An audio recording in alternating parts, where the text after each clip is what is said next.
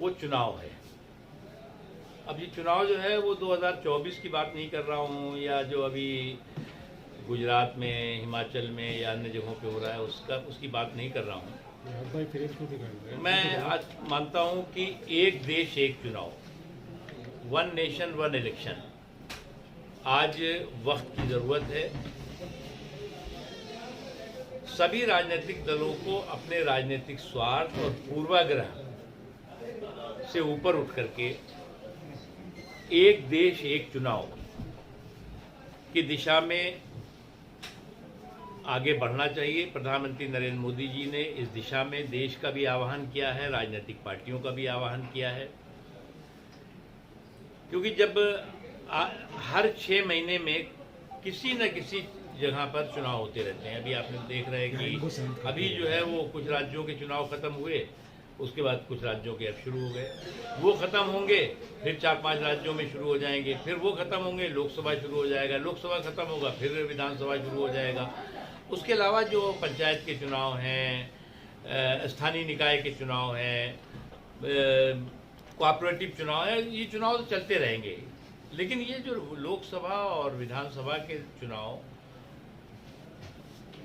लगातार चलते हैं, उससे 2-3 नुकसान महत्वपूर्ण है। पहला तो ये कि जनधन की बेतहाशा बर्बादी, दूसरा ये जो चुनाव की प्रक्रिया होती है, चुनाव के जो तमाम वसूल होते हैं, उसके चलते विकास में स्पीड ब्रेकर लगता है।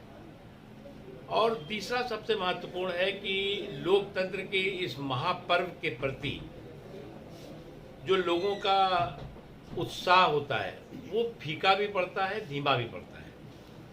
तो इसलिए वन नेशन वन इलेक्शन, एक देश एक चुनाव की दिशा में हम सबको आगे बढ़ना चाहिए। और उसके लिए सभी राजनीतिक पार्टियां, मैं भारतीय जनता पार्टी के चुनाव सुधार के संबंध में जो कमेटी बनी थी उसका मैं अध्यक्ष था। हम लोगों ने उस समय भी इस बारे में रिकमेंडेशन की थी। उसके बाद प्रधानमंत्री जी ने बार बार इस दिशा में राजनीतिक पार्टियों से, हमारे देश का सबसे बड़ा जो पर्व होता है वो चुनाव होता है, लोकतंत्र का जो पर्व है, और उस लोकतंत्र के पर्व के प्रति अविश्वास या उस लोकतंत्र के पर्व के प्रति किसी तरह का कमी या उसमें उत्साह में कमी हो, ये लोकतंत्र के हित में भी नहीं है, देश के हित में भी नहीं है। और इसलिए मैंने